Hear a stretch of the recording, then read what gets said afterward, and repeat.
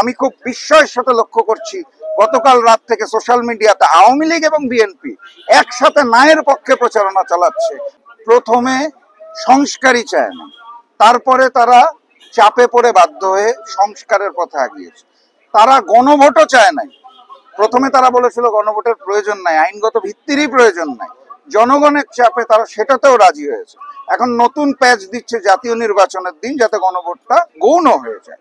এবং যখন আমরা দাবি করছি যে নভেম্বরের মধ্যে গণভোট হতে হবে, জাতীয় নির্বাচনের পূর্বে গণভোট হতে হবে, তখন তারা ন্যায়ের প্রচারণা শুরু করেছে সোশ্যাল মিডিয়াতে।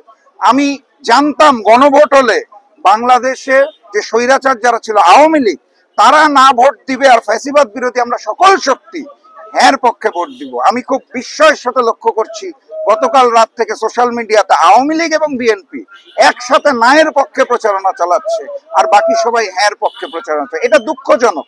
আমরা বিএনপির কাছ থেকে এই ধরনের আচরণ আশা করি না। আমরা আশা করি সংস্কারের জন্য, নতুন বাংলাদেশের জন্য বিএনপি গণভোট জাতীয় নির্বাচনের পূর্বেই রাজি হবে এবং হ্যাঁকে জয়যুক্ত করার জন্য কার্যক্রম চালাবে। নির্বাচন কমিশনকে যেটা বলতে চাই সেটা হচ্ছে, জুলাই জাতীয় সনদের আইনগত ভিত্তি প্রয়োজন, এবং যার জন্য জুলাই জাতীয় সনদের একটি আদেশ দেওয়া প্রয়োজন, এবং সেই আদেশের প্রতি পরিপ্রেক্ষিতে গণভোট হওয়া প্রয়োজন। এই গণভোট এবং জাতীয় নির্বাচন দুইটাই আয়োজনের দায়িত্বে নির্বাচন কমিশন আছে। আমরা নির্বাচন কমিশনকে বলতে চাই, জনগণের রায় নেওয়ার জন্য গণভোটটি নভেম্বর মাসের মধ্যেই করতে হবে। আপনারা জানেন, বাংলাদেশের অন্যতম বৃহৎ দল বিএনপি দাবি করেছে জাতীয় নির্বাচনের দিন গণভোট করার জন্য। আমরা যেটা বলতে চাই, জাতীয় নির্বাচনে প্রতীক নির্ভর ভোট হয়, ওই একই দিনে প্রশ্ন নির্ভর গণভোট যদি আয়োজন করা হয়, তাহলে জাতীয় নির্বাচন মুখ্য হয়ে যাবে এবং গণভোট গৌণ হয়ে যাবে। দেশের মানুষ কনফিউজড হয়ে যাবে, তৃণমূলে নির্দিষ্ট সময় ভোট সম্পন্ন করা অসম্ভব হয়ে যাবে। 2, 4, 5টি কেন্দ্রের ভোট যদি বন্ধ থাকে, তাহলে ফলাফল দেওয়া যাবে না।